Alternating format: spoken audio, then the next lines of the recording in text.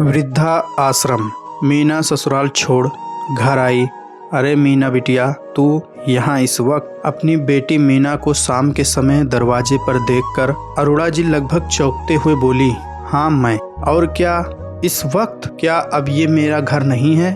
अरे कैसी बातें करती है, मैं तो बस राजेंद्र भाई साहब कहीं गए हुए हैं, मेरा मतलब किसी के यहाँ।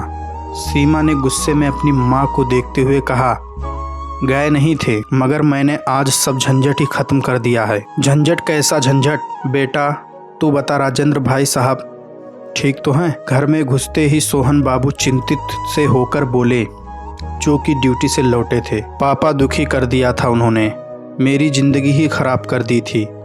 सोचा था रमेश जी के बाद मैं उनकी बहू नहीं बेटा बनकर सेवा करूंगी, मगर कभी कुछ तो कभी कुछ आए दिन मुझे दुखी करते रहते थे। आज मैंने सब झंझट ही खत्म कर दिया। क्या किया तूने राजेंद्र भाई साहब के साथ? बोल। गुस्से से सोहन बाबू चिल्लाते हुए बोले, पापा मुझे समझ नहीं आता, आप मेरे पापा हो या मेरे ससुर के भाई? बेटी घर आई है, बजाय उसके कि उसके दुख दर्द को पूछते बस राजेंद्र भाई साहब। मीना आखिर बात क्या है? अरुणा जी बीच में बोली। मीना आखिर बात क्या है? अरुणा जी बीच में बोली। मीना ने अपने मम्मी पापा को बताई ससुर की बातें। मीना रो पड़ी। माँ आप जानती हो ना, रमेश जी के जाने के बाद मैं नौकरी भी करती हूँ और अपने ससुर की देखभाल भी, मगर जब देखो मुझे ही ताने देते रहते थे। कल बोले मेरे 2 दोस्त क्या आ गए, तुमसे चाय बनाकर पिलाना भी नहीं हुआ। मैंने कहा बाबूजी दूध खत्म हो गया था तो लाने चली गई थी, लेकिन लाई तो आपके दोस्त चले गए थे।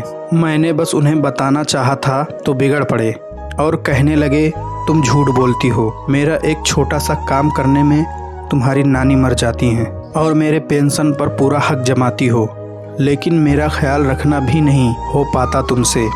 इससे तो अच्छा है मैं वृद्धा आश्रम चला जाता हूँ, वहाँ अच्छे से रहता और अपनी सारी पेंशन अपने ऊपर खर्च करता। माँ उन्होंने मुझ पर पेंशन का ताना मारा। उनकी पेंशन जितना आती है उससे कम खर्च है क्या उनका? दुनिया भर की रिश्तेदारी और उस पर भी यह बीमारी का खर्चा, ऊपर से सवेरे शाम किचकिच। बस मैंने भी सुना दिया तो वह आग बबूला होकर बोले, तो छोड़ क्यों नहीं देती मुझे किसी वृद्धा आश्रम में? इस घर से अच्छी तो मेरी जिंदगी किसी वृद्धा आश्रम में रहेगी। मीना ने ससुर को छोड़ा वृद्धा आश्रम में, तंग आ गई थी मैंने भी गुस्से में कह दिया था, हाँ चले जाइए ना, कौन रोकता है, कुछ तो शांति मिलेगी मुझे। बस उन्होंने अपना बैग तैयार किया और मैंने भी उन्हें कल सुबह ही शहर से बाहर वाले एक वृद्धा आश्रम में छोड़ दिया। आज ऑफिस से सीधा यहाँ आ गई। हे भगवान, ये तुमने क्या पाप कर दिया बेटा? कल वापस घर आ गई थी तो मुझे उनकी कोई कमी महसूस नहीं हुई। क्या घर के बुजुर्ग अपने बच्चों पर बोझ बन जाते हैं?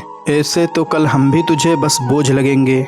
मीना मोहन बाबू और अरुणा जी की ओर देखने लगी थी, जो कि रो रहे थे। फिर उसे बीती हुई शाम याद आई। जब वह घर पहुंची तो घर एकदम से शांत था। जब वह पानी पीने के लिए फ्रिज खोलकर बोतल निकाल रही थी तो बाबूजी की आवाज़ कानों में गूंज रही थी, मीना एक गिलास पानी मुझे भी। जी बाबूजी। मगर वहाँ कोई नहीं था। उसे अकेलापन खल रहा था। सचमुच बाबूजी तो चले गए थे, साथ में घर की खुशियाँ भी ले गए थे। तुझे पता भी है राजेंद्र भाई साहब तेरे साथ ऐसा बर्ताव क्यों करते हैं?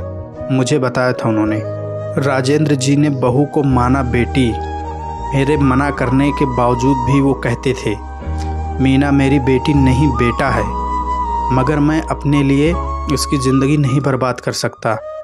वो मेरे जीते जी दूसरी शादी नहीं करेगी, साफ साफ मना करेगी।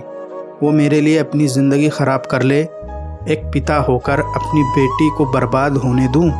नहीं, मैं अपने लिए अपनी बेटी को ये कुर्बानी नहीं दे सकता। आप उसे समझाते क्यों नहीं? सोहन बाबू मेरी कुछ सुने तब समझाऊं ना उसे। वो कहती है कि आप उसकी जिम्मेदारी हैं तो उसे ही ये जिम्मेदारी उठानी होगी, और शायद इसलिए वो तुम्हारे साथ ऐसा बर्ताव करते हैं। ताकि तुम उनसे परेशान होकर दूसरी शादी कर लो। हे भगवान, कहते हुए मीना तेजी से अपना पर्स उठाकर बाहर की ओर दौड़ी। वो लगातार दौड़ती रही। आश्रम पहुंचकर जैसे ही उसने बाबूजी को देखा तो लोक लाज भूलकर ऐसे गले लगी जैसे बचपन में मेले में बिछड़ने के बाद मिलने पर अपने बाप के गले लग गई थी। मैं माफ़ी के काबिल तो नहीं हूँ बाबूजी, पर मुझे माफ़ कर दीजिए। सीमा ने वृद्धाश्रम से ससुर को लाया वापस। नहीं बेटा, तुम मुझे माफ़ कर दो। मुझे लगा था कि मैं तुम्हारे साथ बुरा बर्ताव करके तुमसे दूर हो जाऊंगा, मगर ये बूढ़ा अपने बेटे को तो खो चुका है, अब अपनी बेटी को नहीं खोना चाहता। कहते हुए राजेंद्र बाबू फूट फूट कर रोने लगे। कभी मीना उनको तो कभी राजेंद्र बाबू मीना की आंखें पोंछते हुए एक दूसरे को चुप करा रहे थे। वहीं दूसरी ओर थोड़ी दूर पर खड़े सोहन बाबू और अरोड़ा भी भीगी हुई पलकों को साफ करते हुए मुस्कुरा रहे थे। दूर खड़े सोहन बाबू और अरोड़ा भी पास आ गए। सोहन बाबू ने राजेंद्र जी को गले लगाकर बोला, आप तो मुझसे बढ़कर पिता का फर्ज निभा रहे हैं। अरोड़ा ने सीमा को गले लगाया और बोली, बेटी, मुझे तुम पर गर्व है। तुमने बहुत अच्छा किया जो तुम राजेंद्र जी को वृद्धा आश्रम से घर ले जा रही हो।